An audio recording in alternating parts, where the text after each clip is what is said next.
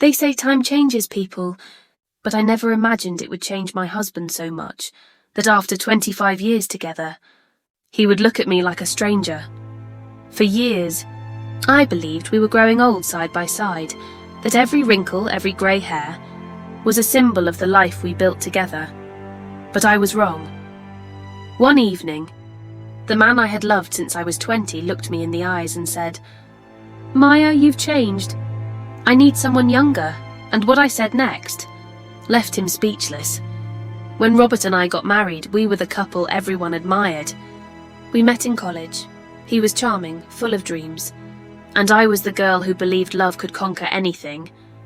We started with nothing: a small apartment, second-hand furniture, and 2 hearts full of hope. He'd bring me flowers every Friday.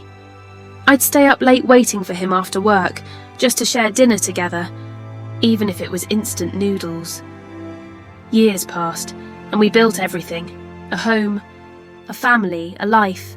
He worked hard, I supported him. And when he wanted to start his own business, I used my savings, every penny I had, to help him. When our son was born, I left my career to raise him. Robert said, "You don't have to worry about anything. I'll take care of us." And I trusted him for 25 years. I stood beside that man, through failures, through sickness, through every storm life threw at us. But then, something changed. It didn't happen overnight. It was gradual. The man who used to tell me I looked beautiful in my pajamas started criticizing my clothes. He began working late nights. Again, like when we were young, except this time, the sparkle in his eyes wasn't for me. He bought new cologne, started hitting the gym again, and his phone. It was always face down. At first I brushed it off. I told myself, "You're overthinking, Maya. He's just going through a midlife phase." But deep down, my heart knew something wasn't right. One Sunday afternoon, while I was folding laundry, his phone buzzed on the table. Normally I'd never touch it, but that day something, and maybe instinct, made me look.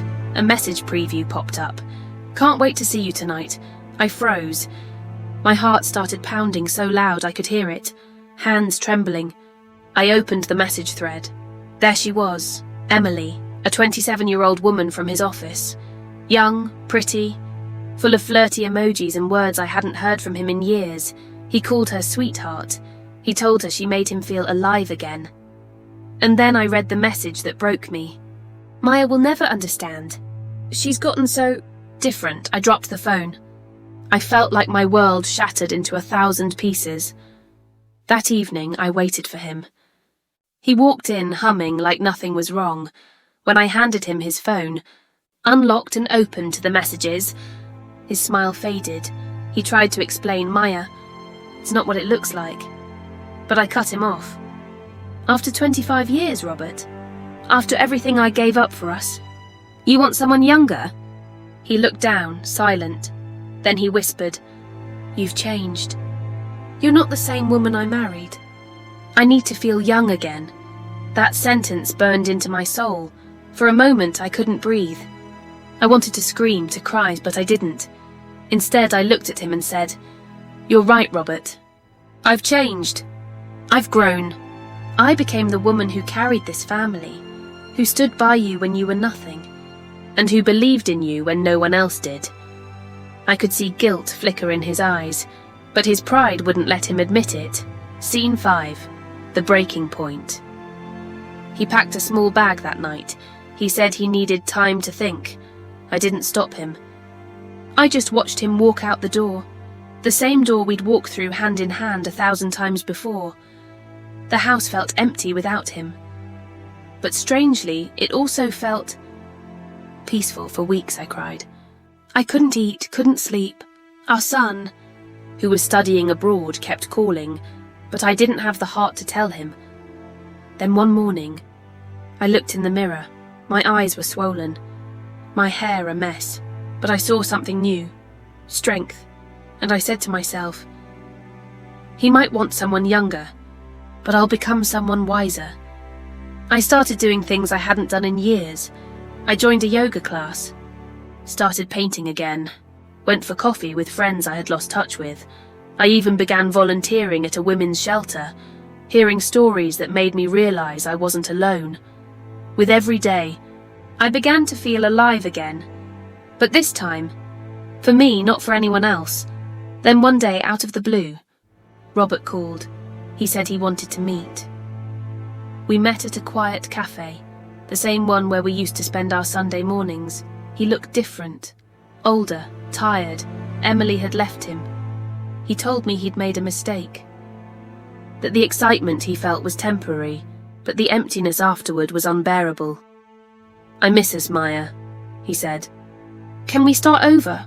For a long time I just looked at him, the man who once broke my heart, now sitting in front of me, defeated. Then I smiled. "Start over?" "Robert, I already did." He looked confused. "What do you mean?" I said softly. "When you left, I rebuilt myself. I found peace, purpose, and love, not from someone else, but from within. You wanted someone younger. I wanted someone honest. We both got what we wanted." He sat there, silent, for the first time truly speechless. I stood up, placed some cash on the table for my coffee, and said, "I wish you well, Robert. I really do, but I'm done being your second choice." As I walked out, I felt the sunlight on my face, warm, free, and full of life. I wasn't that scared wife anymore. I was a woman who had found her worth. That day, I didn't just end a marriage. I ended a chapter that had kept me from loving myself. It's funny how people chase youth, thinking it's the answer to happiness. But youth fades. Beauty changes. What truly matters is character, loyalty, and love that grows deeper with time. If someone can't see your value after you've given them your years, your energy, your heart, then maybe losing them isn't your tragedy. Maybe it's your liberation.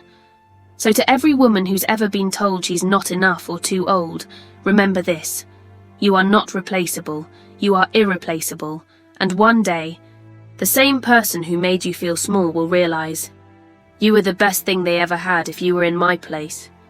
Would you take him back? Tell me in the comments below.